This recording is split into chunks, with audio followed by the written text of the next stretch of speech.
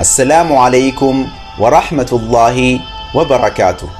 obboleeyyan kiyya qaqqaalii kanneen idil addunyaa irra jirtan hundi keessanuu nagaa fi rahmanni rabbii guddaa bakka isin jirtan hundatti isin haa ga'u jecha har'aan tana seenaa ajaa'ibaa seenaa hedduu bareedduu qabadheetiin isiniif dhufe.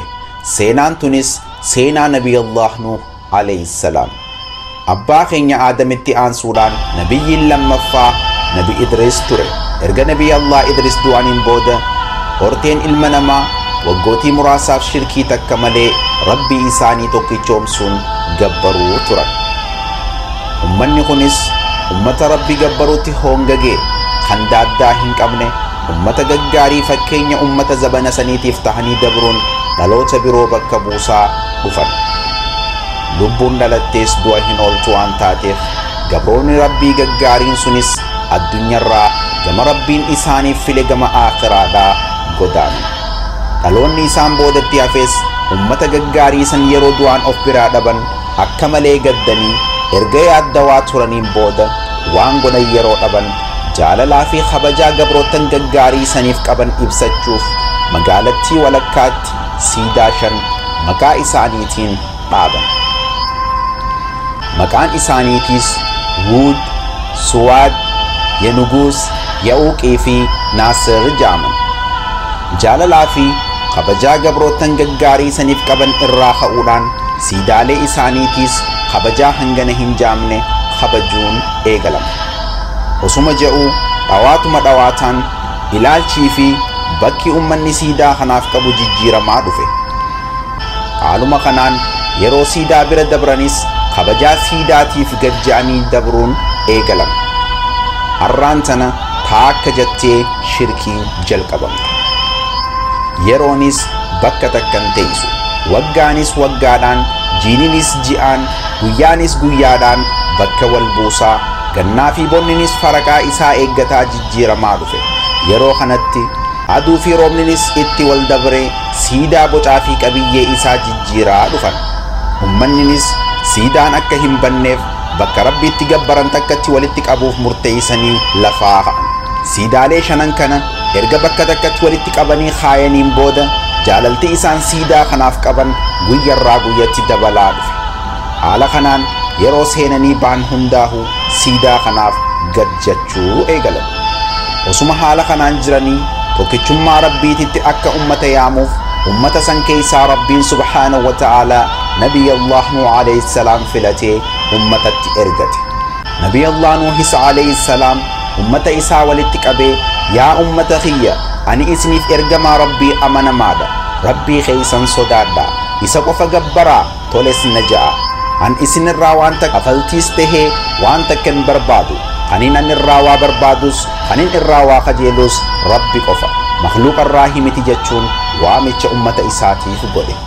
isaanis yeroo kana dhagayan itti qoosuudhaan gurra kanaan dhagayanii gurra kaaniin gannaquun itti amanuu didan. nabiyallah nuhis alayhi salaam dadhabe hifadhe osoo hin ja'in waamicha isaa cimsee itti fufe. qoosaa fi hanjamaan ummanni isaa itti godhanis yaa ummata kiyya ani ergamaa rabbiiti inuman shakkinaa ergaa rabbii kiyyaatiin isiniin ga'a isinittis nin fida isiniin gorsas gama rabbiitiinis waan isin hin beeyneen beeka je'een. isaanis haasoo nabiyallah nuh alayhi salaam yeroo dhagayan hedduu ajaa'iba itti tahuudhaan yaa nuh ati bar akkuma keenyatti ilma namaati akkamitti ani ergamaa rabbiiti ofiin jetta je'ani. sanirraan nama si jala deemu xiqqoo qabda. sanuu hundi isaanii miskiinaa fi hiyyeessa dhukkaawaadha. jireenya gada aanaa warra jiraatu walitti qabattee qabeenyaanis tahee kabajaanis nu wajjii walitti hin dhuftan jechuun itti hanjaman. sunis gahuu fi dhabee zalaalam siidaa san gabbaruudhaaf walitti qabamanii wal mari'achuu jalqaban. nabiyallah nuhis alayhi salaam haalli ummata isaa yeroo abdii isa kutachiisu jala deemee isaan kadhachaa akkana jedheen. rabbiin akka isa gabbartanii rahmata isinii godhuuf gosuma teessan keessaa ergamaa isinii erginaan isin jibbisiisaa jechuun isaan sossobuuf yaalus daran rabbirraa fagaachuu fi haawiltii gartee siidaa gabbaruu malee jijjiiramuu didan. nabiyallah nuhis alayhi salaam halkanii fi guyyaa guddinaa fi tokkichummaa rabbii yeroo isaanitti himu isaanis jibbinsa da'awaa nabiyallah nuuh alayhi salaam irraa gurra qabachuu eegalan. nabiyallah nuuhis alayhi salaam yeroo isaan gurra qabatanii isa dhaga'uu didan akka nama gurraan hin dhageenyeetitti mallattoodhaan harkaan itti himuu eegale. isaanis yeroo nabiyallah nuuh milikkataan harkaan itti himu ammallee ija isaa laaluu jibbuudhaaf ija isaaniidhaa uffataan haguuggatan. ammallee nabiyallah nuuh alayhi salaam dadhabee hifadhe osoo hin je'in ummata dhaabbata da'awaadhaan yeroo kutu sanuuf akkam barbaadda osoo miskiinotaa fi hiyyeeyyiin tun si jala deemanii nuti akka isaanii wajjin si jala deemnu barbaadda yoo akka nuti sitti amannee si jala deemnu barbaadde ummata hiyyeeyyii miskiina kana kan si jala deemu kana ari'i je'aniin. nabiyallah nuuh alayhi salaam waan isaan dalagan rabbiituu beeka an isaan ari'uu hin danda'u akkamitti warra natti amanee na kabajee na jaalatee na jala deemu ari'a akkamitti isin hoo ari'inaan jettan hoggaan ani isaan ari'e ana hoo eenyuutuu qixaaxaa fi gartee azaaba rabbii jalaa najaa na baase jechuun murannoo fi ijjannoo qabu isaan agarsiisa.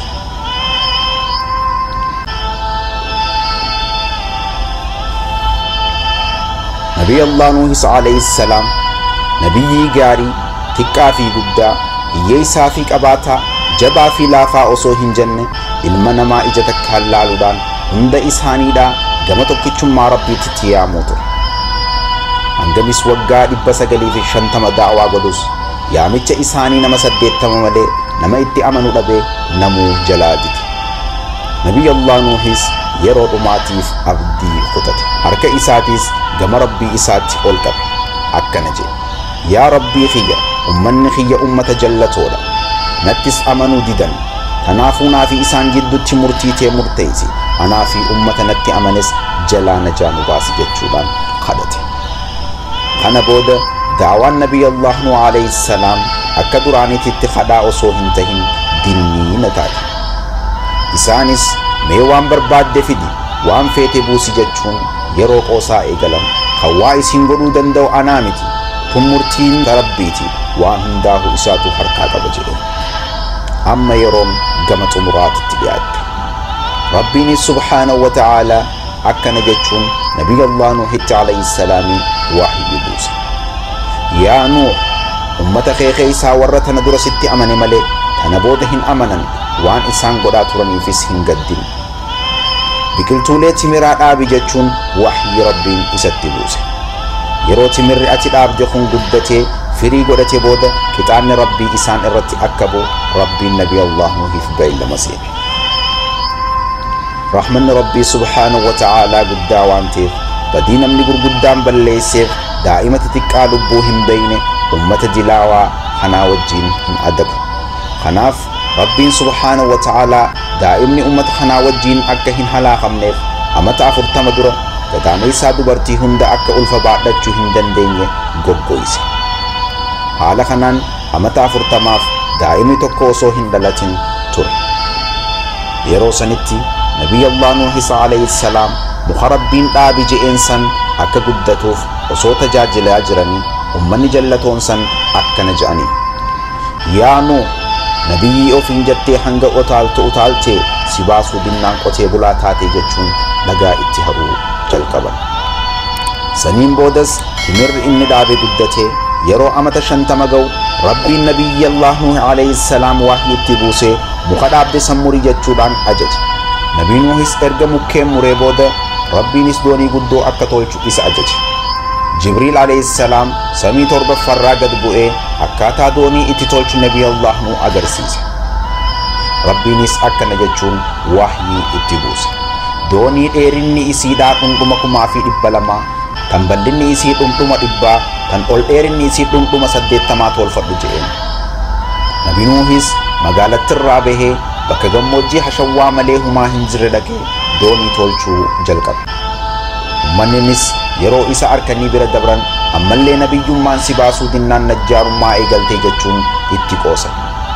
gariin isaaniitis dooniin bar bishaaniif tolfamti ati immoo gammoojjii tana keessa teessee doonii tolchita mooni maraatti jechuun itti hanjaman. nabiyallah nuuhis haala isaa gaarii saniin sagalee bareedduudhaan ara nutti hanjamtanii qoostanis bornuutuu isinitti qoosuuf ta'a jechuun deebisaniif.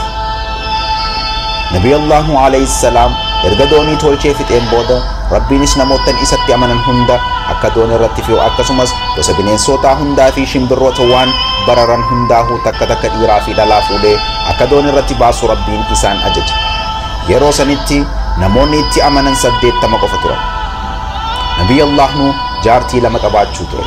Takka muslima takka immoo ummata jallate irraa turte. Innis jaartii isaatan isatti amante san fuudhee doonii gubbaatti ol baase.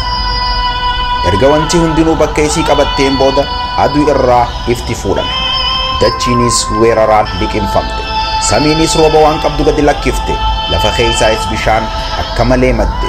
San booda bishaan lafa keessaa madduu fi roobni samii roobu yeroo walitti makamu dachiin humna isiitii ol liqimfamuu jalqabde. Yeroo san dooniinis bishaan irra balali'uun bishaanis dhawaataan guddate. Akka carraa Nabiyullah Nuh alayhi salam haala jiru laaluudhaaf yeroo gara dachii achi millatu ilma isaa kan akkaan jaalatu kan kufee ka'u kan bishaaniin isa liqimsuuf deemu kan bishaan dheeysuuf fiigu kan cinqamu arge. Nabiyullah Nuh alayhi salam yaa mucaa kiyya koottuu na wajjin doonii tana yaabbadhu ummata jallate irraa hin tahinii je'een ittis lallabe. Mucaanis lakkii gaara kana irrattiin ol baha je'eenii dide. Hayyee erga diddee har'a murtii rabbii jalaa wanni si baasu hin jiru nama inni rahmata godheef malee je'ee osoo inni haasawa san afaanii hin fixatin dambaliin bishaanii tan akka gaaraa dhuftee mucaa liqimsite.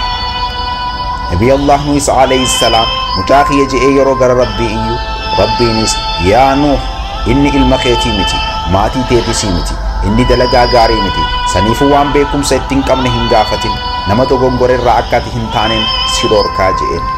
Haala kanaan bishaaniin erga guyyaa 40 dachiin liqimfamteen booda wanni lubbuu qabaa takka illee dachirraa dhabamte.